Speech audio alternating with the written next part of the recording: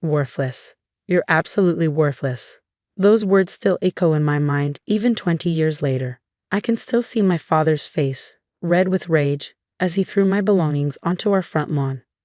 My mother stood in the doorway, arms crossed, her silence more devastating than his shouts. I was 16, and my crime? Getting a B in advanced chemistry while working part-time to save for college. My name is Alexandra Mitchell, and at 36, I'm the CEO of Mitchell Pharmaceuticals, one of the fastest-growing biotech companies in Boston. But that evening 20 years ago, I was just a terrified teenager watching everything I knew crumble around me. If you can't maintain perfect grades, you'll never amount to anything. My father had screamed. We didn't invest in private schools and tutors for you to become mediocre. The rain had started to fall, soaking through my clothes as I gathered what I could into my school backpack. My younger sister Emily watched from her bedroom window, tears streaming down her face, but she didn't dare speak up. In our house, academic perfection wasn't just expected, it was the only acceptable outcome. That night, I slept in my best friend Maria's garage. Her parents would have let me stay in the house, but I was too ashamed to accept more than the minimal help. The next morning, I walked to school early, used the gym showers, and pretended everything was normal. But nothing was normal again. I spent the next 2 years bouncing between friends' houses and a small room I rented with my part-time job earnings. Despite everything, I maintained my grades, graduated valedictorian, and earned a full scholarship to MIT. Not that my parents knew. They blocked my number and told relatives I was away finding myself. Through it all, I kept focusing on one thing, my dream of making a difference in medical research. Every slight, every hardship, every lonely night only fueled my determination. I worked through college, took extra credits, and graduated early with honors in biochemistry. The irony? That B in chemistry that had enraged my father so much became the foundation of my career. The teacher who gave me that grade, Dr. Henderson, became my mentor. She understood that my slight drop in grades came from exhaustion, not laziness. She helped me secure my first internship, wrote my college recommendations, and later became my company's first board member. Now, 20 years later, I stood in my home office, staring at the email that had just arrived. Alexandra, your father and I need to speak with you urgently. We'll be at your house tomorrow at 2 p.m. Mom. No apology, no explanation, just the same commanding tone that had ruled my childhood. They found my address somehow, probably through Emily, who'd recently reached out after becoming a mother herself. I glanced around my office at the awards lining the walls, the framed magazine covers featuring my company's breakthroughs in cancer research. The view from my window overlooked Boston Harbor, a far cry from the garage I'd slept in at 16. My assistant's voice came through the intercom. Dr. Mitchell, your 3 p.m. with the Japanese investors is starting soon. Should I have James bring the presentation files? Yes, thank you, Sarah, I replied, trying to shake off the unsettling feeling my mother's email had left. The next day, at exactly 2 p.m., my security system announced visitors at the gate. Through the camera, I saw them, my parents, standing in front of my mansion's entrance. My father's hair had gone completely gray, and my mother looked smaller somehow, less intimidating than in my memories. They were dressed formally, as if attending a business meeting rather than trying to reconnect with their daughter. I watched them for a moment, remembering that rainy night, the weight of my wet backpack, the sound of my father's voice calling me worthless. My finger hovered over the intercom button. 20 years of silence, and now they needed to speak with me urgently. I had a pretty good idea why. Our company's latest breakthrough had been all over the news. Mitchell Pharmaceuticals had just received FDA approval for a revolutionary cancer treatment. Our stock had tripled overnight. The same parents who'd thrown me out for being mediocre were about to find out exactly what their worthless daughter had become. I pressed the intercom button. The walk from my front door to where my parents stood felt like crossing decades. My mother's eyes widened as she took in my appearance, the tailored suit, the confident posture, everything about me screaming success. My father's expression remained carefully neutral, though I noticed his hands fidgeting with his wedding ring, a nervous habit from my childhood. Alexandra, my mother started, her voice softer than I remembered. You look well. Thank you, I replied coolly. Shall we discuss whatever urgent matter brought you here? They followed me into my home office, their footsteps echoing in the marble hallway. I caught my mother staring at a framed Forbes cover featuring me under the headline, Biotech's Rising Star, the woman revolutionizing cancer research. Would you like something to drink? I asked, maintaining the polite distance of a business meeting. Alexandra, my father finally spoke, his voice cracking slightly. We need your help. Of course they did. I gestured for them to sit while I remained standing, a power dynamic they clearly found unsettling. Emily's daughter, your niece, my mother continued, clutching her handbag. She's been diagnosed with leukemia. The news hit me harder than expected. I'd never met my niece. Emily had only recently reached out through social media, sharing pictures of little Sophie. The traditional treatments aren't working, my father added. We've heard, your company's new drug is still in limited release, I finished for him. The waiting list is extensive. But you're the CEO, my mother pressed. Surely you could. Pull strings? Skip the proper protocols? I interrupted. Like when you threw me out for not being perfect enough? My father flinched. We made mistakes. Mistakes? I laughed, but there was no humor in it. You kicked out your 16-year-old daughter for getting a B. You called me worthless. You blocked my number, told relatives I was troubled. Those weren't mistakes. They were choices. We were wrong, my mother whispered, tears forming in her eyes. When we saw you in the news, your company's success, we realized how terribly wrong we were. Ah, I said, sitting down at my desk. So you're proud of me now that I'm successful? Now that I have something you need?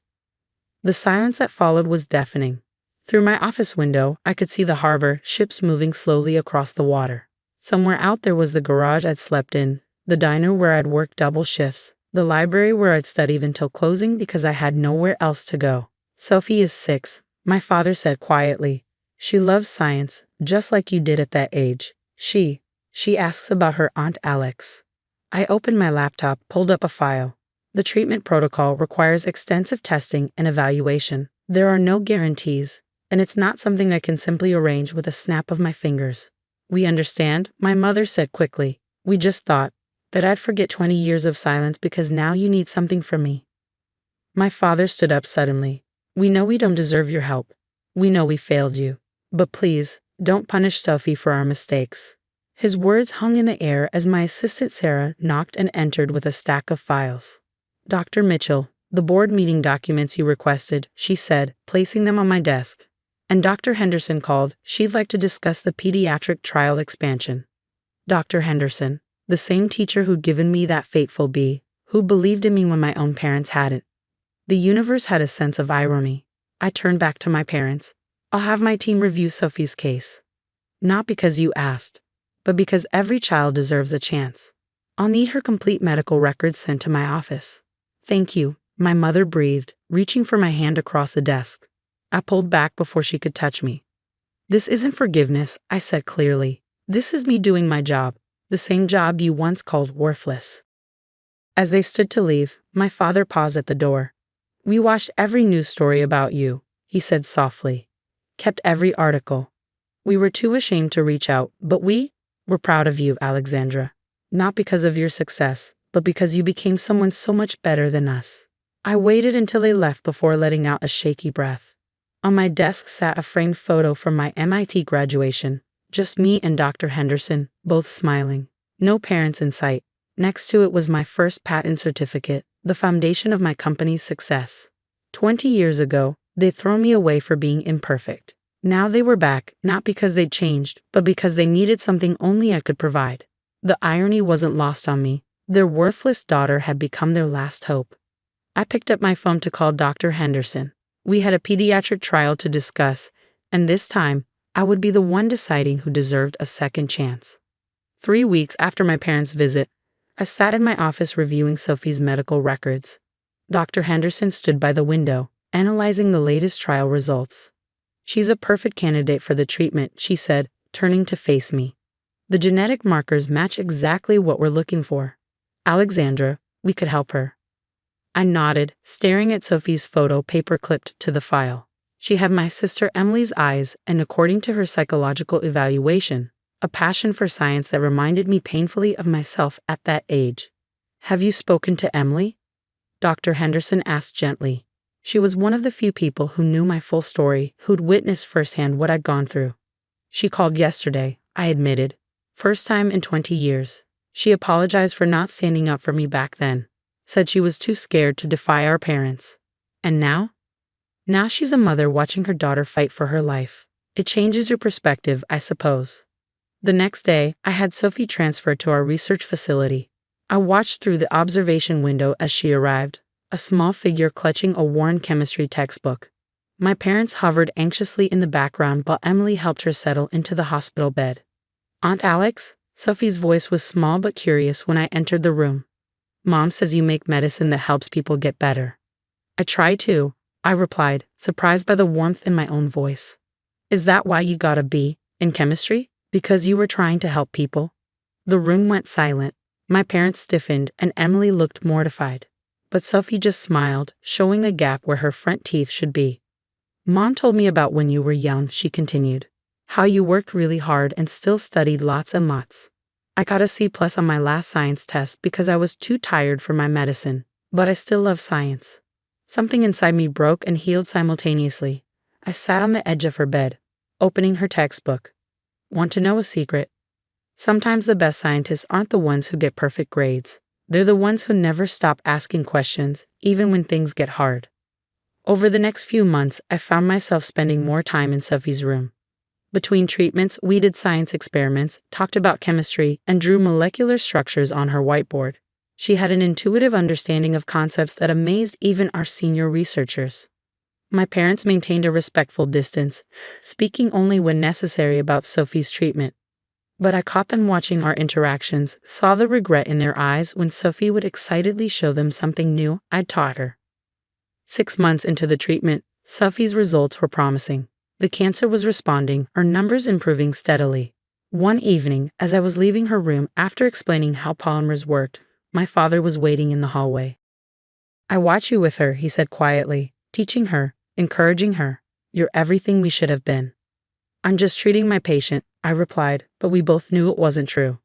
No, he shook his head. You're being the aunt she deserves, the mentor I should have been. Alexandra, we can never undo what we did to you, but seeing you now, seeing how you've used your success to help others. We were so wrong. You weren't worthless. We were. For the first time in 20 years, I saw genuine tears in my father's eyes. A week later, Sophie's latest results showed complete remission. As her family celebrated, I stood back, watching through my office window. Dr. Henderson joined me, placing a hand on my shoulder. You know, she said, sometimes the greatest achievements come from our deepest wounds. That B might have cost you your family, but it gave you the determination to build something extraordinary. And now, it's helped save your niece's life. Sophie was discharged the following day. Before leaving, she handed me a card she'd made, covered in hand-drawn molecular structures and a message. Thank you for showing me that perfect grades don't make perfect scientists. Love, your favorite niece. As I watched them drive away, I realized that while I couldn't forget the past, I could choose how it shaped my future. My parents' cruelty had driven me to succeed, but it was my choice to use that success to help others, to be the mentor and supporter I never had. The next morning, I approved the expansion of our pediatric program, ensuring more children like Sophie would have access to our treatments. On my desk, next to my awards and achievements, I placed Sophie's card, a reminder that sometimes our greatest wounds lead to our greatest healing. Perfect grades hadn't made me successful. Being thrown away hadn't made me worthless. In the end, it was the determination to prove them wrong, to be better than the people who'd hurt me, that had built my empire. And now, that empire was changing lives, one patient at a time. Sometimes the best revenge isn't proving people wrong, it's proving yourself right.